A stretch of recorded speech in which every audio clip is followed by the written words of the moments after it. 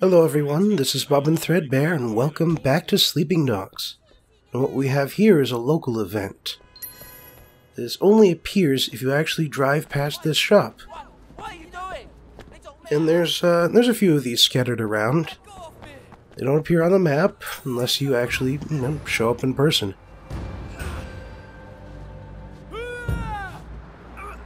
Happened across this one on a drive across town, so I thought I'd show it off. Also, you may have noticed, but I'm kind of under the weather at the moment. Still got enough of a voice to do this though, so let's go.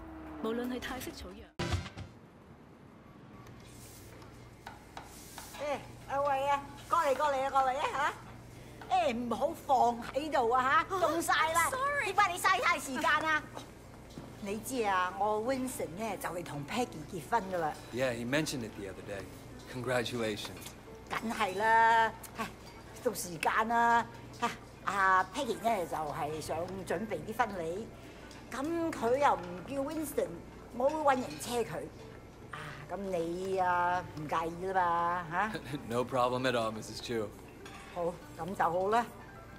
走啦，唔該晒啊！我要多啲雞，你哋攞多啲雞俾我啊！咪企喺度。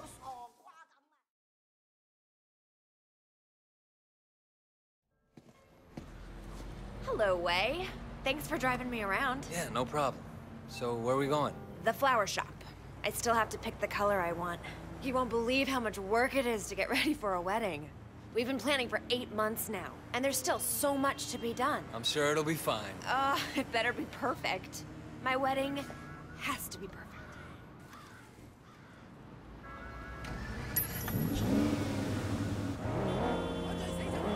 So, Wei, do you have a girlfriend? No. My life, it wouldn't be a good idea right now. Your life is why it'd be good. You have to have someone you can be soft with too, Wei. It's very important. If you're hard all the time, one day you'll forget how to be soft. Then where will you be? If you say so. I do say so. You are family now, Wei. I have to look out for you, just like Winston. After the wedding, I'm gonna find someone for you. So how do you get on with Winston's mother?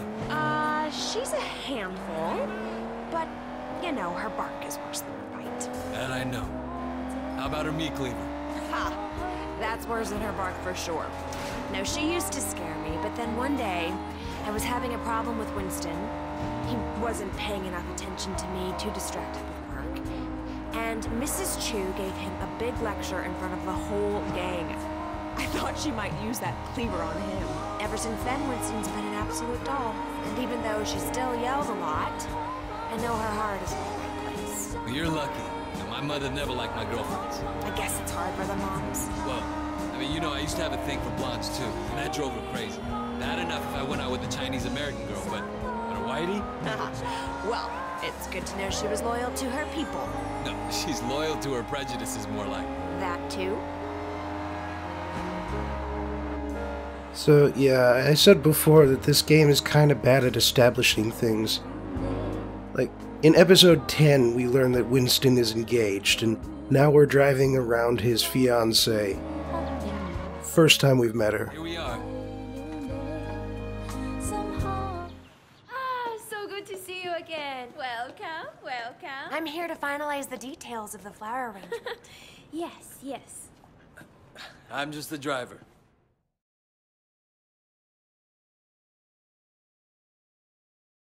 I'm just gonna change back and then we'll be done. Actually, there is one other thing. Black orchids. This probably sounds silly, but it was my mother's favorite flower, and now that she's gone, I was thinking that I'd love to have a black orchid centerpiece. I'm afraid that's impossible. There are none to be found in Hong Kong. Really? Well, I thought they had some down at the Garden Temple. Well, yes, but they're not for sale. The other day, the CEO of Old Boy Trading wanted one for his daughter. He told them they offered Temple $100,000. They still say no. It's incredible, no? A black orchid at a wedding guarantees that the couple stays together for the rest of their lives. Oh well, Wei, come on. We can go now. The hell was peeking out of Wei's chest there? And why did she put on her wedding dress for the flower arrangement? Alright, next we need to pick up the wedding cake. So you got a cake picked out? Winston's in charge of that. He knows I'm very particular about cakes, but he promised I wouldn't be disappointed. I'm sure Winston will impress me. It's our wedding after all. And your wedding has to be perfect. Now you're getting it.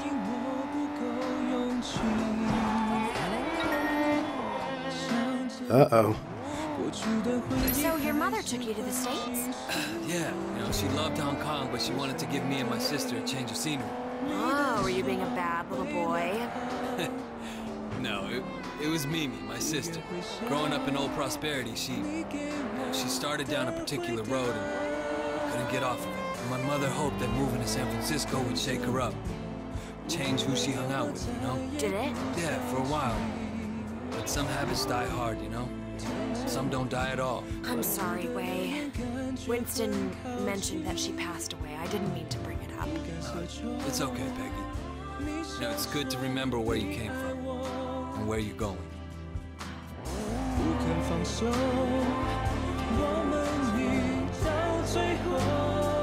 Hey, isn't that a van from the wedding cake company? Hang on. What are you doing? Yeah, the guy had the wrong address. Winston asked me to make sure the cake is delivered.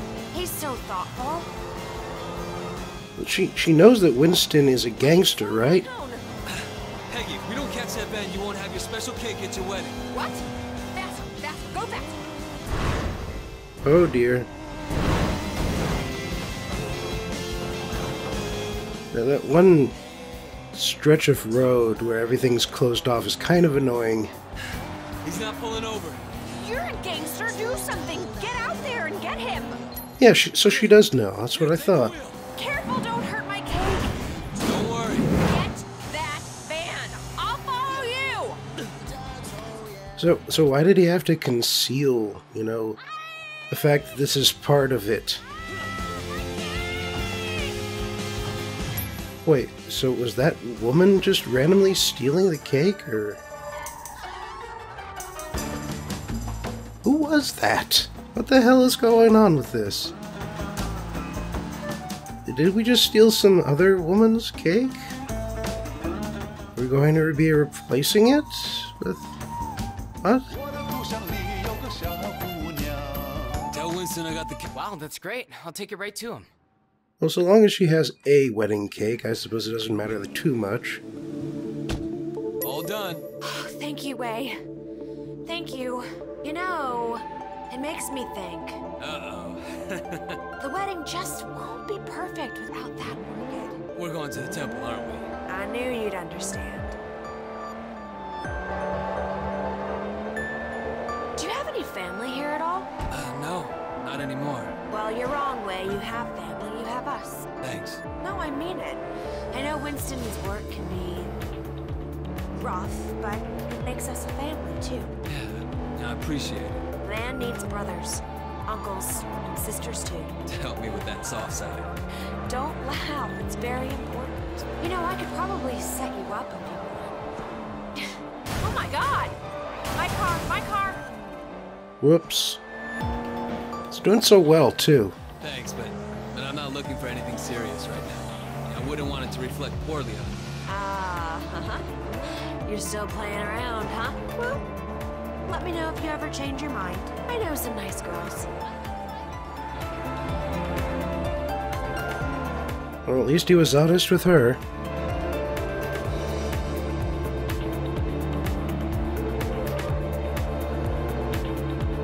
Look out! Oh, man.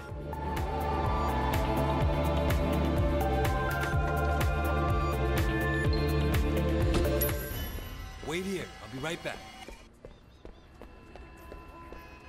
So yeah, I chose this outfit because it's got sort of this clean, formal Chinese look.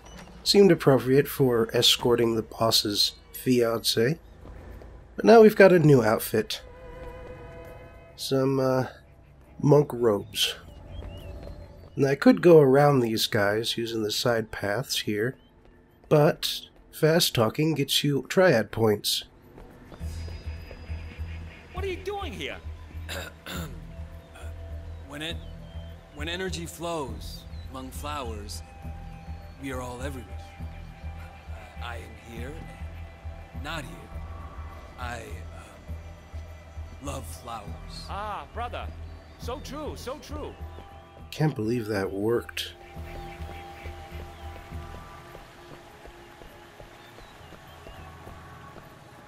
You don't belong here. What is belonging, brother, when we're all part of the same cosmos? I guess failure is impossible. What is wrong with these people? I mean, I know they're Buddhists, but still. Hey, who are you? Well, who is anyone when we are all each other, part of a single great organism that never dies? Ah, brother. So true, so true. Alright, well, with all of that done, I can go all the way up here to the flower. The conspicuous black orchids. Really more of a purple, but that's true about flowers in general. You stop right now! Uh-oh. Okay, so this is a new enemy type. The monks. The thing about the monks is that they are capable of countering your melee attacks. And they're also pretty good at avoiding your grapple attempts. Hey you! Stop right there! So the most consistent way, like, you can perform both of them on them, especially after a counter. But yeah, they can counter you. So the most consistent way to harm them is to counter them first, and then use one of your moves against them. Or just stick with countering entirely. Oh, but I'm in face mode now, so I can do whatever I want. He's dead. Wait, is he down? Yeah, he's down. Just, I moved the character model there. For a second, I wasn't sure what was going on with that. Oh, okay.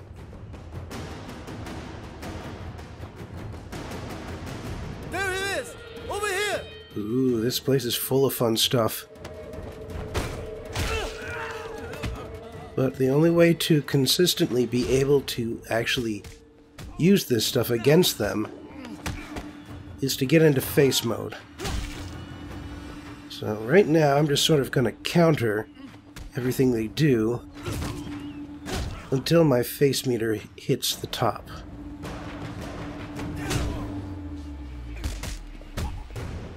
Almost there. Almost there. Oh, but he hit me and that made my face meter go down.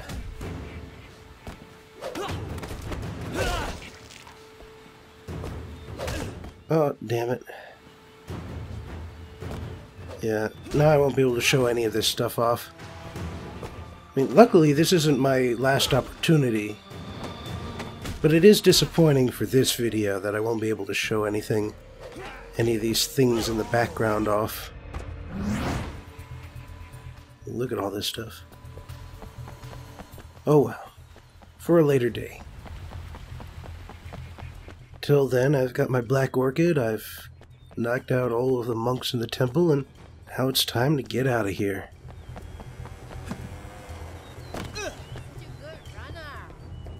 Why, thank you.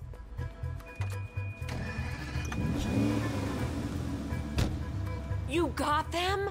Oh, wait, thank you so much. How can I say no? Peggy, do you have any Winston's clothes in the back? I don't think these robes gonna make the right impression. What do you think about this? Yeah, sure. Oh, thank you, Wei. Thank you. It was my pleasure. And if you're gonna be my sister, the least I can do is help out with your wedding. Your mother would be proud of you. I hope so. Now, sometimes I wonder. No, I can see it. Life isn't perfect, it never is. But you have a good heart. Peggy, Nope, I know. Women's intuition. It's the same with Winston. He talks tough, but underneath he's a very caring man. That's why I love him. Thanks. That's the secret. You do what you have to do, but you always remember your family. Remember the people who love you. Then you'll always be happy. Yeah, well, the problem with Wei is that he's got two families. What's it like in America? Less crowded. I guess. Do you like it better here or there? In some ways, I was more comfortable there, but it wasn't home. It's important to have a home. But I'm not sure. No Hong Kong. Home is home. And one of those families wears blue.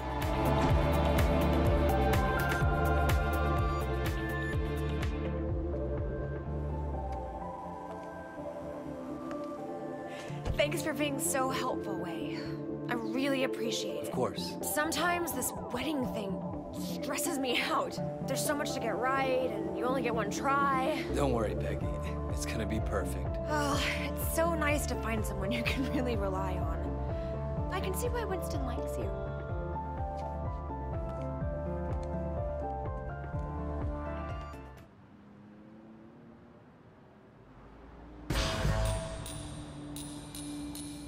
Alright, 3 triad experience. I knocked the hell out of those monks. Oh, and I've got both the monk and the Winston outfits for that.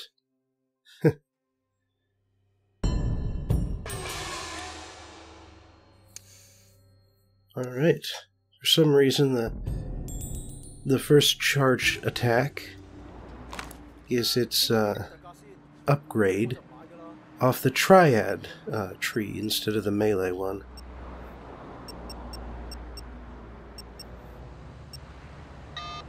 Alright, here's the one about Uncle Po. Yeah, basically Uncle Po's approach is, you know, speak softly but carry a big stick. I believe this is the other new one.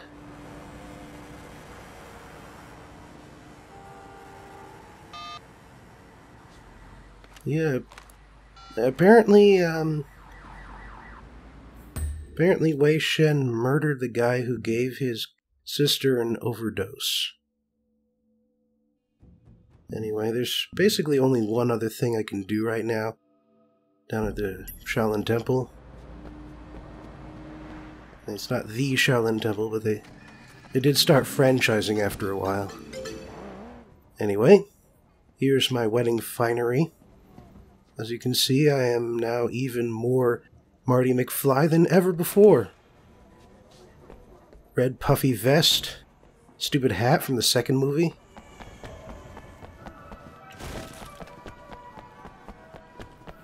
What can I help you? And why, yes, this is the third tier triad outfit, so I will be getting 15% more triad experience. So, you know, confirmation that Marty McFly is a triad gangster. Alright, but seriously though. You look like you could use a I'll take some, thanks. Thanks, Wei. Enjoy. Let me just get some food here first. And then I will go into here and get my wedding outfit. See you again soon. Bye-bye. Hey man, stuck in traffic. I'll get there as soon as possible. Don't worry, there's still time. Don't start without me. Interesting. White jacket, black pants, utterly black shirt. A man who never eats pork buns is never Alright, let's get over to the wedding. It's not that far away.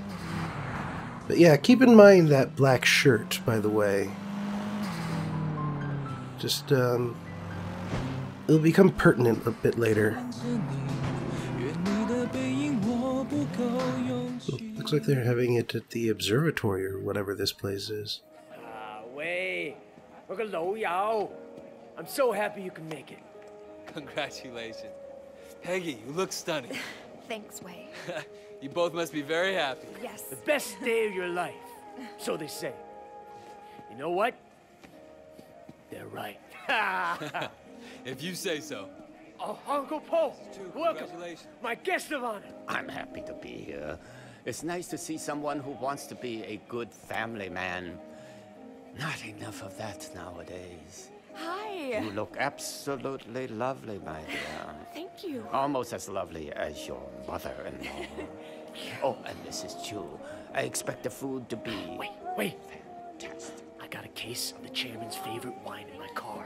I forgot to bring it in. Do you mind grabbing in and making sure they know it's for him? I'm gonna make sure he gets inside, okay? Yeah, sure thing, Winston. You gotta enjoy your day, okay? Where you parked? Right through there. I'm going. Just bring it into the kitchen.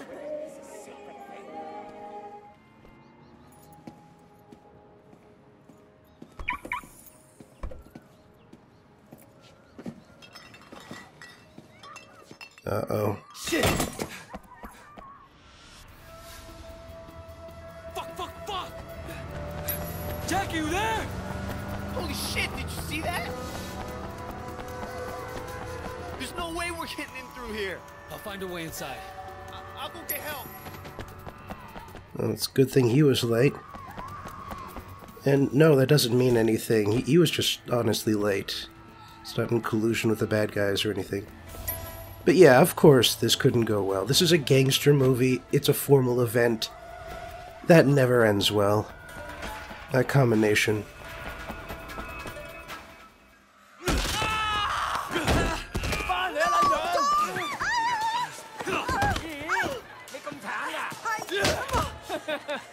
Stay down, bitch!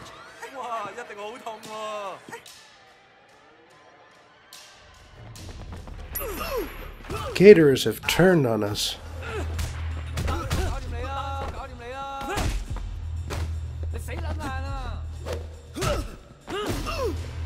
Alright, what have I got around here? Oh, looks like there's something to do with the chandelier.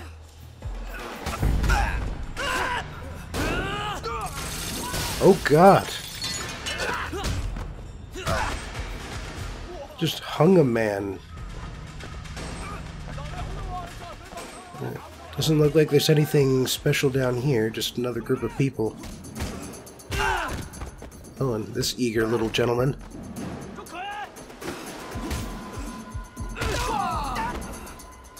Oh, and a guy with a cleaver. Okay, I'm trying to do that, the tackle. But for some reason it's just not working this time.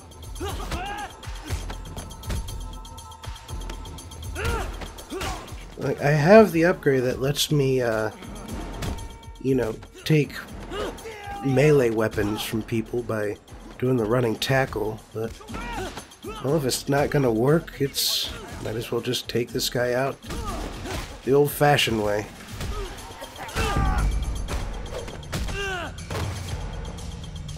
And then cleave my enemies.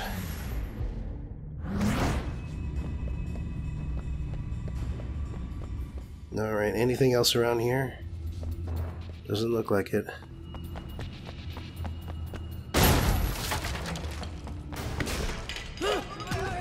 Alright. Yeah, guess I should take care of that guy first. Alright, a whole bunch of people here. Luckily, they're all within headshot range. And they all lined up around the same corner, too. How convenient. Uh-oh. Winston! Shit. Oh God. Peggy! Wait. Get Peggy out of here. She doesn't deserve this. Winston. Winston! Fuck. Shit. Peggy.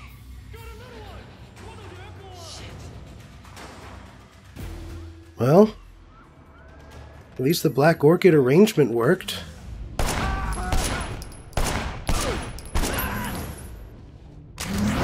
They did, in fact, stay together for the rest of their lives.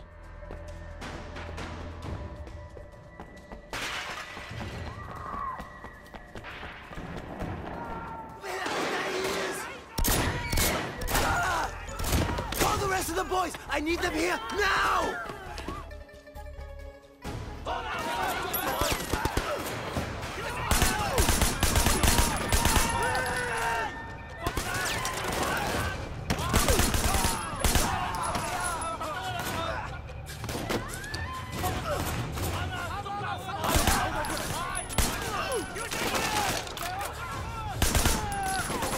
So I believe I've mentioned this before, but in China, red is considered a lucky color. So, of course, every wedding is a red wedding. It's just usually not this kind of red.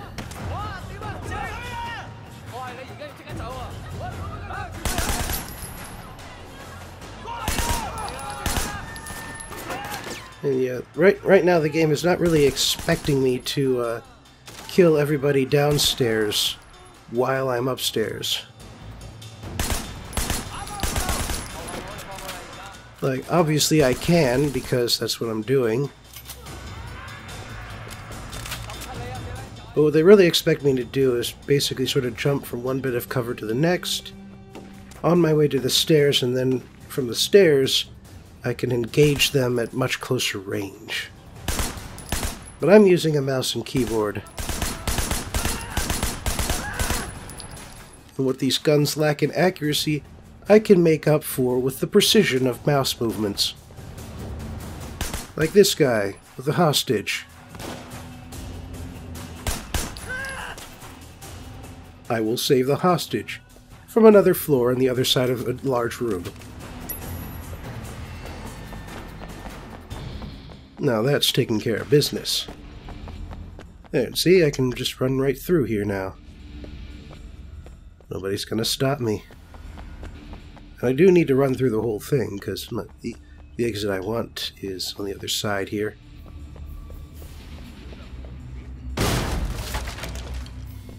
Oh dear. Uncle Po! Are you okay? Can you walk? What's going on? What happened to Winston? Okay, come on. We gotta get you out of here.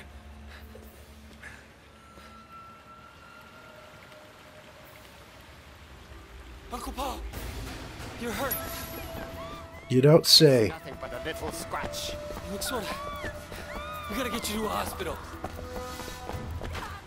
Alright, next part of the combat. Gotta get Uncle Po to the hospital. Luckily it's just on the other side of this park here. But, you know, at the same time, he's kind of dying. And he can take damage from gunshots.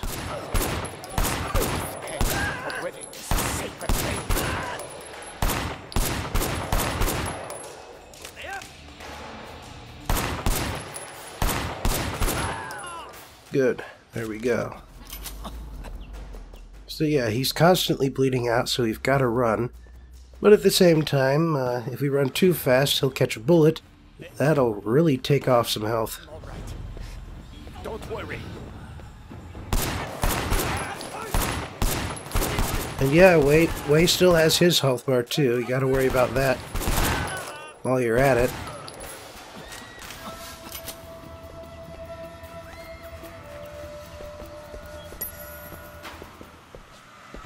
Ooh, explosive canisters. Even if it was just one, it was definitely worth it.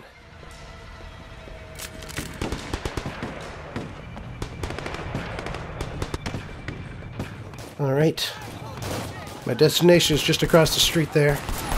So I think I've got enough time to take out a few of these guys. Oh, lovely. He started to repeat himself. Nice.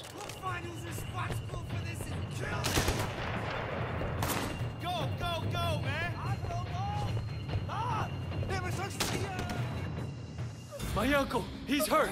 We need a doctor, now! What is this?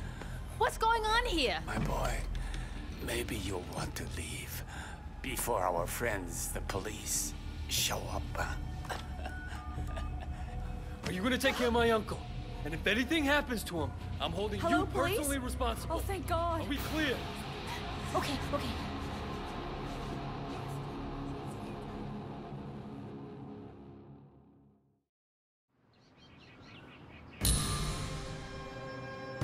Not enough for 3 triad triangles.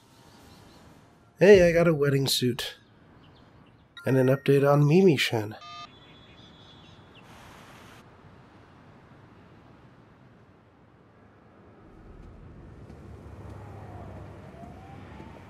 Where have you been? Stuck in traffic. It's Hong Kong. Fuck, Raymond.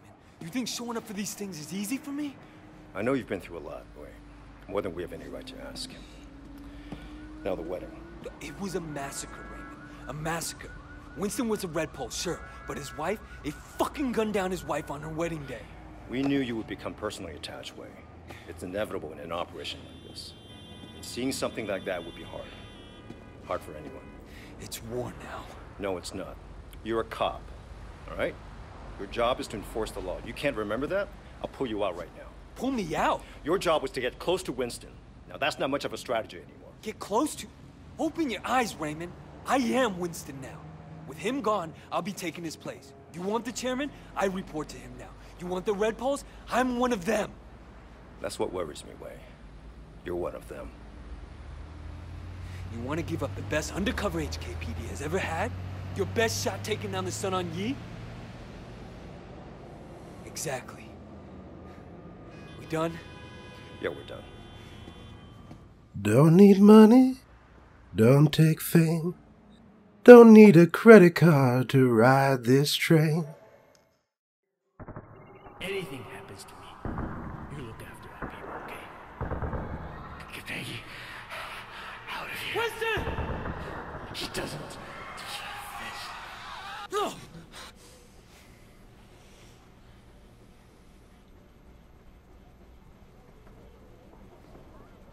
Alright. That's 2 plot missions in a row. And that's what happens. Oh, but Mimi-Shen. It's Wei Shen's sister.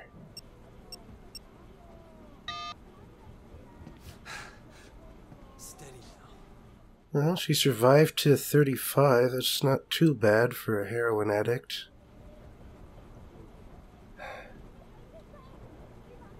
But the social system was too busy to help her. Ain't that always the way? Today's video marks another game milestone, unpleasant though that milestone may be. As such, I'm once again setting aside the request list to describe a milestone movie. The film's name is either The Legend of Drunken Master or Drunken Master 2, depending on where you live. And it originally came out in 1994, just before Jackie Chan's name and films would begin to spread throughout the United States. The story about the story. Because Jackie Chan grew up in Australia, at least for part of his childhood, he was more fluent in English than the average citizen of Hong Kong, and so he had a certain desire to cross over into English language films and make it big in Hollywood. It also helped that he was a tremendous name throughout the Eastern film markets, and so Hollywood was this one last mountain to climb. But even before his name was huge, Chan tried right from the beginning to create a crossover hit, starting with 1980's The Big Brawl and continuing with 1985's The Protector. However, the American directors didn't really get Chan's kung fu comedy style. And to be fair, neither did the Hong Kong directors until the Yuan brothers. But as a result of these failures, Chan would have to wait another 10 years for that breakout to finally happen. The film that would finally get Chan noticed in America was Rumble in the Bronx, which, despite the name, was a purely Hong Kong production. It was set in Bronx in New York City, although it was filmed in Vancouver because everything's filmed in Vancouver, and there are a few reasons it succeeded in getting attention in America. 1, it played to Chan's strengths by being an action comedy. 2, the American setting and sensibilities helped Americans relate through more than just the English dub. And 3, it was such a good film on its own merits that it became the top-grossing Hong Kong film to that point. But we're not here today to talk about Rumble in the Bronx. We're here to talk about another action comedy Chan made just before Rumble in the Bronx, and which was brought over to America 6 years later for an audience hungry for Jackie Chan movies. Drunken Master 2 was retitled The Legend of Drunken Master for its American release, and honestly, I think the latter is a more descriptive title. Aside from the protagonist being played by Jackie Chan using a drunken boxing style, the two movies have nothing to do with each other. I mean, Chan's character's name is Wong Fei Hung in both movies, but Wong Fei Hung was a Chinese folk hero who taught martial arts and practiced medicine in the Cantonese part of China 100 years ago. Hong Kong movies use his name basically as shorthand for heroic man of the people in colonial-era China. Hell, Jet Li played Wong Fei Hung in Once Upon a Time in China. Anyway, for Legend of Drunken Master, Jackie Chan handed the directing duties over to Lau Kar-leung, a veteran director whose film credits extended all the way back to the golden age of Shaw Brother Productions. That means 1970s kung fu films, by the way. But despite his experience, it seems as though Lau's sensibilities clashed with Chan's because the two constantly argued over how to script the fight scenes. It got to the point that Lau left the set just before shooting the final fight, leaving Chan to take over. Which might have been for the best, since a lot of people consider that fight to be the best Chan ever filmed. Like the majority of films from Hong Kong and from otherwise, Legend of Drunken Master got recut by its international distributors, although the American release got relatively few alterations, just a few different shots for a drunken song, and the removal of a bad joke about being blind drunk. I mean, it also had an English dub and a new soundtrack, and the sound effects got switched up a bit too, but oddly enough, all of the other versions have other problems. The Hong Kong DVD release is uncut, but the sides are cropped off to make it a different aspect ratio. The old VHS and Laserdisc releases are uncut and uncropped, but they have baked-in subtitles. So what can you do? For this review, I'm using the version on Netflix, which has the Cantonese dub with English subtitles and the American cut. So just keep that in mind as I describe the story. The movie begins with Jackie Chan as Wong Fei Hung waiting in line for a train with his father and father's apprentice. Fei Hung is complaining about the duties they'll have to pay on all of their belongings. As an ambassador drives up and bypasses the line, Fei Hung gets a bright idea and knocks the apprentice into the ambassador, using the confusion to put his ginseng root into the man's luggage so he can grab it on the train and avoid paying any duties.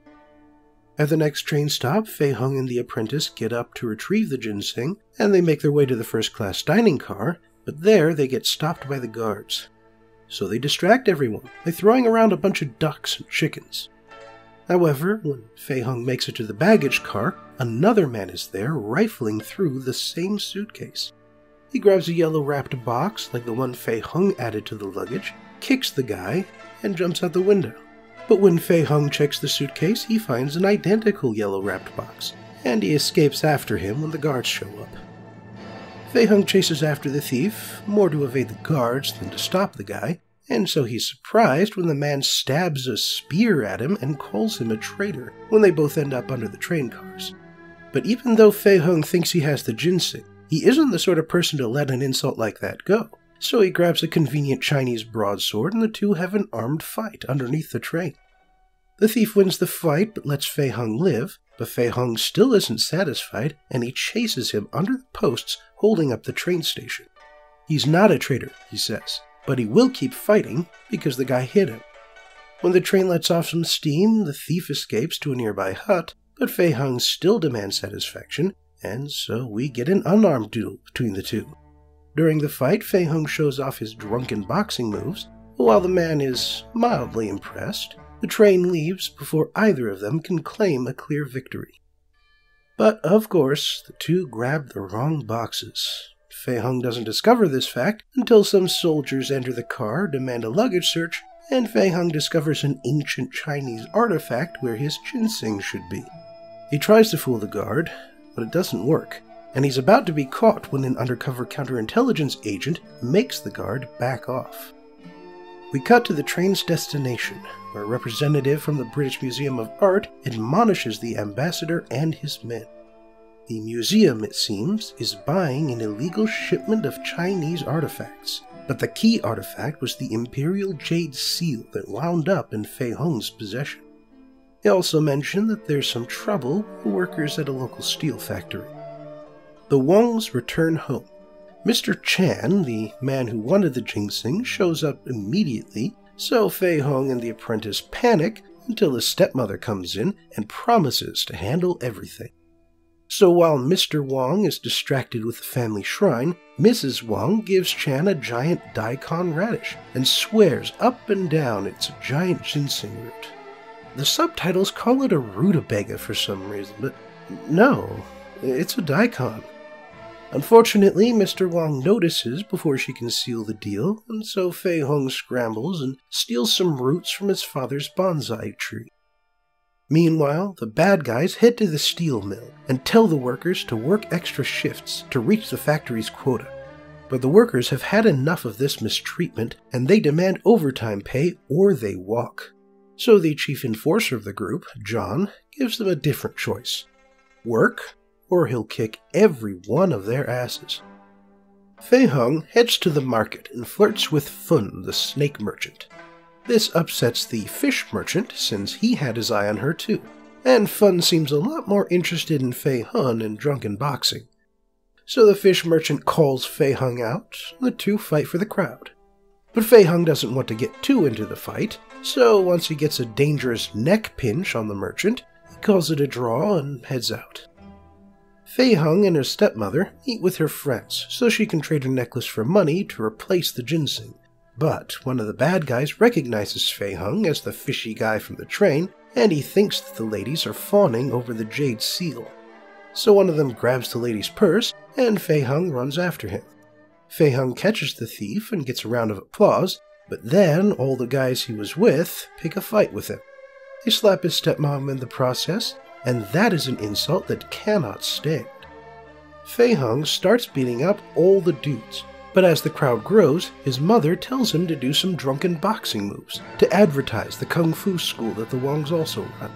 The idea behind drunken boxing is to stagger around and attack from unusual angles and with the wrong limbs, being so random on both attack and defense that your opponents can't predict your movements.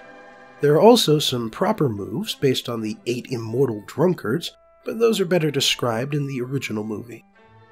Anyway, Mrs. Wong and her friends bring some booze for Fei Hung to drink, and sure enough, he powers up as soon as he's had a few. Even when the guy in charge joins in, Henry, all 5 of them can't stand up to Fei Hung's drunken attacks. But things get complicated when Mr. Wong shows up and Fei Hung is too drunk to recognize him, and then even more so when he hears that his wife sold her necklace. Mr. Wong drags his wife and son home and berates them, beating his son with a stick because he was drinking and fighting. Mrs. Wong takes on all the blame she can since she knows Mr. Wong won't beat her, but when he gets angry enough to call her bluff, she mentions that she's pregnant. But then Mrs. Chan shows up to bring back the bonsai root, and the apprentice admits the whole truth. So Mr. Fong punishes Fei Hung by beating him, nearly drowning him in rice wine, and then throwing him out. Fei Hung goes to an outdoor bar to drown his sorrows and sing a drunken song. Fortunately, the bad guys have followed him, and they've brought John with them. Fei Hung is too drunk to fight at this point, so after kicking him a couple of times, John has his men beat him and string him up naked on the village sign. After Fei Hung's family cut him down and bring him back, he wakes up the next morning regretting everything. And the first thing he does when he crawls out of bed is swear to his father that he will never drink again. A man comes to the Wong's place and asks for Fei Hung, but Mrs. Wong figures he's up to no good and attacks him. Then Fei Hung sees this and takes over, and Mr. Wong sees this and takes over. But it turns out that this is the thief from the train, and he's actually a Manchurian officer named Fu Wenqi. So Fei Hung gets the jade seal and gives it to Fu, and the two go share a meal at a 2-story restaurant. Fu tells Fei Hung about the importance of protecting Chinese heritage. Then they notice that the restaurant has completely cleared out. Turns out, that's because the bad guys hired the Axe Gang to kill them, What follows is a fairly amazing action scene, in which Fei Hung and Fu have to fight like 100 guys in a cramped restaurant. Like, it's crazy how many people they got for this. Fu gets a hatchet in the back that barely slows him down, and then Fei Hung creates a very painful improvised weapon out of a shredded length of bamboo. The two eventually get out of the restaurant, and Fei Hung covers Fu's escape, and then Fei Hung's friends show up to help, and they see Fu run past them. But they aren't able to stop Fu from taking 2 bullets to the chest, and the last things he says are, "The embassy, tonight." So, that night, Fei Hung and the fish seller Tseng both sneak into the embassy. They didn't tell each other, though, so they fight for a bit before they recognize each other. They sneak into a dark room, but when the lights come up, they're surrounded by armed guards. Turns out the ambassador was expecting someone to come for the seal, so he set a trap. He then has some Western boxers beat them senseless because, like I've said, martial arts were tied to nationalism for a while.